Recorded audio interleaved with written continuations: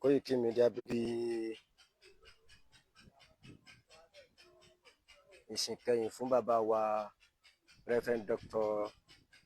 Amos Ọlátúnjí Pópóọlá nílùú Ìlúà ní Kájọlá local government ní Ọ̀yọ́ state níbí. Bàbá wa a kí yín púpọ̀, a kú àṣẹ̀yìndé bàbá. Ẹ ṣeun. Ọlọ́run yóò bá wa fi ọ̀run kẹ́ wọn. Ẹ dákun, mo fẹ́ kí ẹ bá mi dárúkọ yín fún gbogbo àwọn tó ń wò wá nínú ilé. Orúkọ mi ni Òkègbọ́lá Ayọ̀délé. Bàbá mi, ẹ jọ̀ọ́ ẹ má bínú, a rí i pé ọ̀pọ̀lọpọ̀ àwọn èèyàn ni wọ́n wà sí ibi báyìí lónìí, pàápàá jùlọ ǹjẹ́ a lè mọ ìlú tí ẹ ti wá sí ìlú Ìlúà? Mo jẹ́ ọmọ bíbí ìlú Ṣakí ní ìjọba ìbílẹ̀ Ìwọ̀ Oòrùn Ṣakí. Ẹ ṣé púpọ̀, a rí i pé ọ̀pọ̀lọpọ̀ àwọn èèyàn náà ni wọ́n wá láti ìlú Ṣakí síbi prógámù yìí láti wá yẹ́ bàbá wa sí, láti wá ṣe ìsìnkẹyìn fún bàbá wa. Ó sàn ju pé ká dàgbà ká di àtọrọjẹ lọ. A rí i pé bàbá wa Reverend Dr. Amos Ọlátúnjí Pópóọlá wọ́n jẹ́ ìránṣẹ́ tó ṣe é fọkàn tán. Wọ́n tún wá jẹ́ ẹnìkan tó yẹ pé wọ́n tún ní ọ̀yàyà sí gbogbo ènìyàn. Kò sí béèyàn bá ṣe jẹ́ ìránṣẹ́ Ọlọ́run tó. A ṣe rí i pé ìránṣẹ́ Ọlọ́run ni wọ́n. Báwo tí wọ́n ṣe jẹ́ pé ó ti yàtọ̀ láàrin àwọn ìránṣẹ́ Ọlọ́run yòókù? Nígbà tó pé wọn ò ṣe ọmọ àlè ilẹ̀ Yorùbá, ọmọ ọkọ Yorùbá ni wọ́n.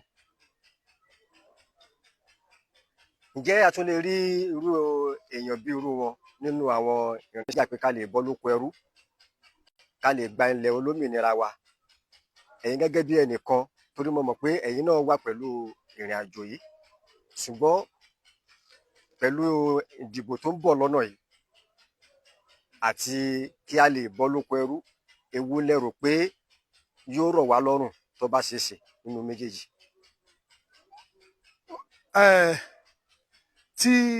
Torí Yorùbá ní pé tí ọwọ́ ẹni ìbá ti ba ìkúdà, kéèyàn má ti béèrè ikú tí ó pa bàbá ẹni. Ṣùgbọ́n nínú èròǹgbà tèmi iná ni pé tí Yorùbá tá a bá lè gbìyànjú láti tẹ̀lé Yorùbá, kí Yíbò kó tẹ̀lé Yíbò, kí Haúsá kó tẹ̀lé Haúsá, ká wá wo ẹni tí ó jura wọn lọ. Nípasẹ̀ eléyìí a ó lè mọ ọwọ́ ọ̀tún yàtọ̀ sí ọwọ́ òsì.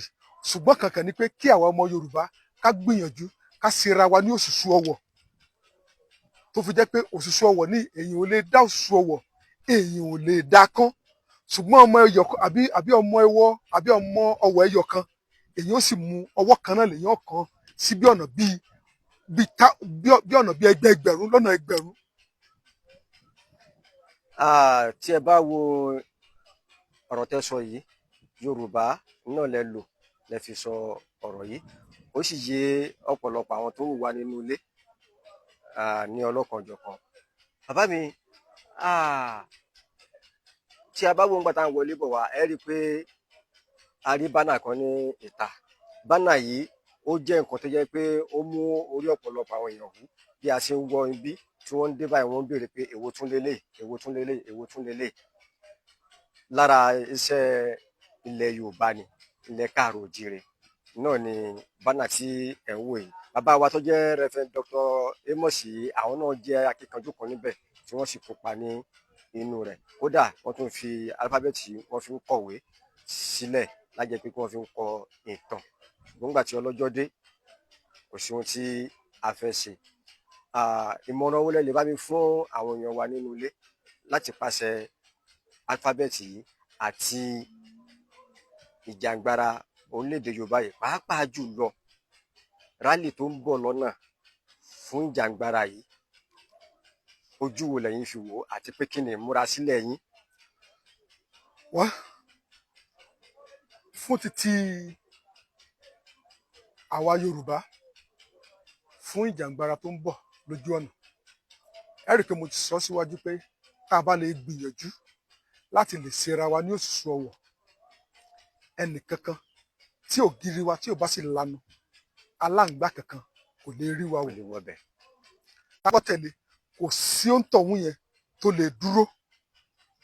Nípasẹ̀ eléyìí, ẹ rí i pé wọ́n ṣe ń tó tẹ̀léra wọn yẹn, ẹ rí i pé wọ́n ṣe kí ni o, wọ́n ń wọ ilẹ̀ ìlérí wọn lọ níbi tí wọ́n ti rí oúnjẹ tó wù wọ́n jẹ ṣùgbọ́n kan ni pé tẹ́mọ́ ń lọ lẹ́mọ́ táfẹ́ ń lọ láfẹ́ tí kinní kan ń lọ ní kinní kan a rí i pé kò sí aláǹgbá wa ó ti lanu sílẹ̀ Ọlọ́run yóò sì ràn wá lọ́wọ́.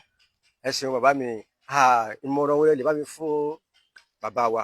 má wẹ̀yìn wò tí wọn ò bá ti wẹ̀yìn wò nítorí pé àwọn onígbàgbọ́ ló kọrin kan pé aya Lọ́ọ̀tì tó wẹ̀yìn wò ní ọjọ́ wọn ni ó ṣe kí ni o ó di ọ̀wọ́n ọ̀yọ́ tí àwọn náà ò bá ti wẹ̀yìn wò tí wọ́n bá ní ìgbàgbọ́ tí wọn ò sì wo gbogbo torí pé kò sí bí wúrà ṣe dán tó yẹn wúrà náà la iná kọjá tí wúrà ò bá laná kọjá àní rí dídán wúrà o àwọn náà ń la iná kọjá ni wọ́n dẹ̀ ń la ọ̀pọ̀lọpọ̀ ìṣòro kọjá tí wọn ò bá ti wẹ̀yìn wò páwọn ò ṣe kinní yìí mọ́ wọn kó wa débi ilẹ̀ lérí wa ìmọ̀ràn tí mo wá fẹ́ gbà wọ́n náà yóò gbè wá ọ tàbá gbogbo àwọn òrìṣà mẹ́rìndínlógún tó ń bẹ nílẹ̀ Yorùbá yóò gbè wá láṣẹ Ọlọ́run yóò sì ràn yín lọ́wọ́ láṣẹ Elédùmarè níbi tẹ́ wọ́n ti mú owó náà tẹ́ fi ń ṣe mídíà yìí àbùdí ni tómi àbùdí ni todò ẹnìkan rídìí ọmọ ẹnìkankan sì ní kò ní rídìí wa lágbára ògo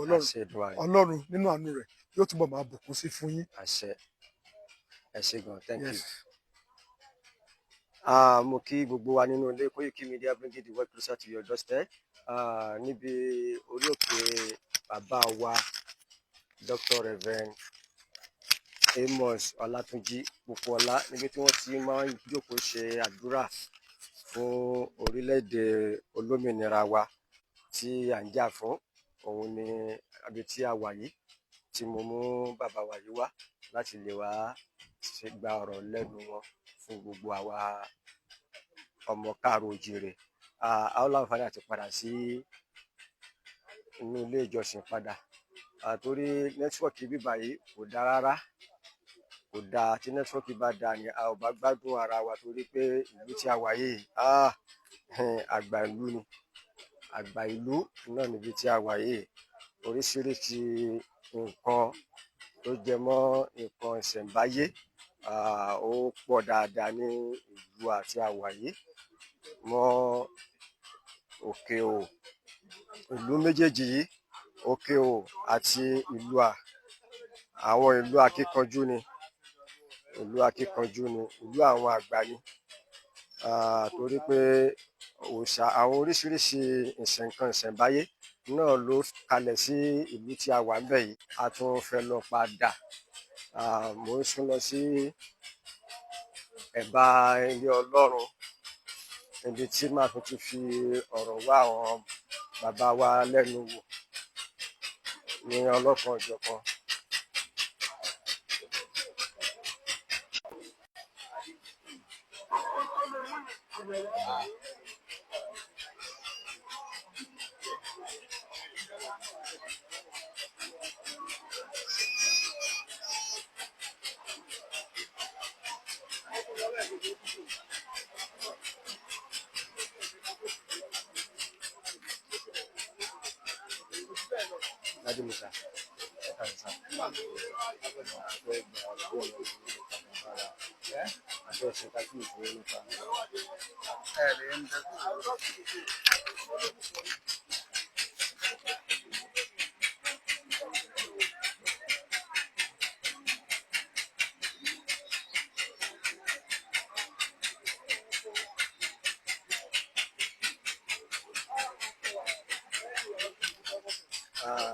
Gẹ́gẹ́ bí mo ti sọ fún wa, nẹ́tíwọ́ọ̀kì bíbá yìí ni ò dáa. Òun ni ẹ jẹ́ kí a lè gbádùn prógámù yìí tó bẹ́ẹ̀ torí pé ibi tí a wà yìí nẹ́tíwọ́ọ̀kì yìí ó lágbára pọ̀. Ẹ rí i pé a tún tàn padà ni. Ẹ jẹ́ kí n súnmọ́ iwájú bẹ́ẹ̀. Ẹ rí i pé àwọn yẹn sì pọ̀, àwọn yẹn pọ̀.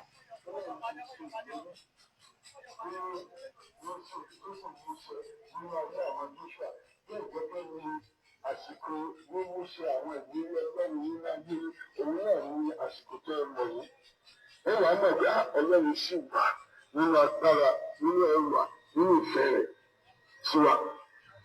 Torí náà gbogbo àwọn tá à ń gbọ́ ọ̀rọ̀ ẹ̀mí lónìí, ọ̀gbẹ́ kí á mọ̀ pé kò sí bí nǹkan ṣe lè le tó tàbí tó lè burú tó ọlọ́run tí ìkùnà ni ọlọ́run wà. Gbogbo wa pátápátá sì ni ọlọ́run lè gbé dé ilẹ̀ ìlérí tó ní fún ẹnìkọ̀ọ̀kan wa. Ète tó dára lọ́wọ́ yìí. Ọlọ́run kì í jẹ́ kí ẹni tó bá gbàgbọ́ nínú rẹ̀ kó ní ìjákulẹ̀. Torí náà èyí tó ń ṣẹlẹ̀ yìí kì í ṣe ìjákulẹ̀ rárá. Ó kàn fààyè sílẹ̀ fún wa láti torí agbára Ọlọ́run. Ìránṣẹ́ Ọlọ́run òun ti wọ ilẹ̀ ìlérí, ti wà lọ́dọ̀ Jésù. Wọ́n ti kí kábọ̀. Àwọn náà ló kù. Àwọn ẹgbẹ́ yìí yẹ̀ lọ́yìn. Àwọn kì í kú ẹ̀. Báwo ni ó ṣe dùn tó ọjọ́ tí a Paradíṣe ilé ayọ̀ lórí rẹ̀. Paradíṣe ilé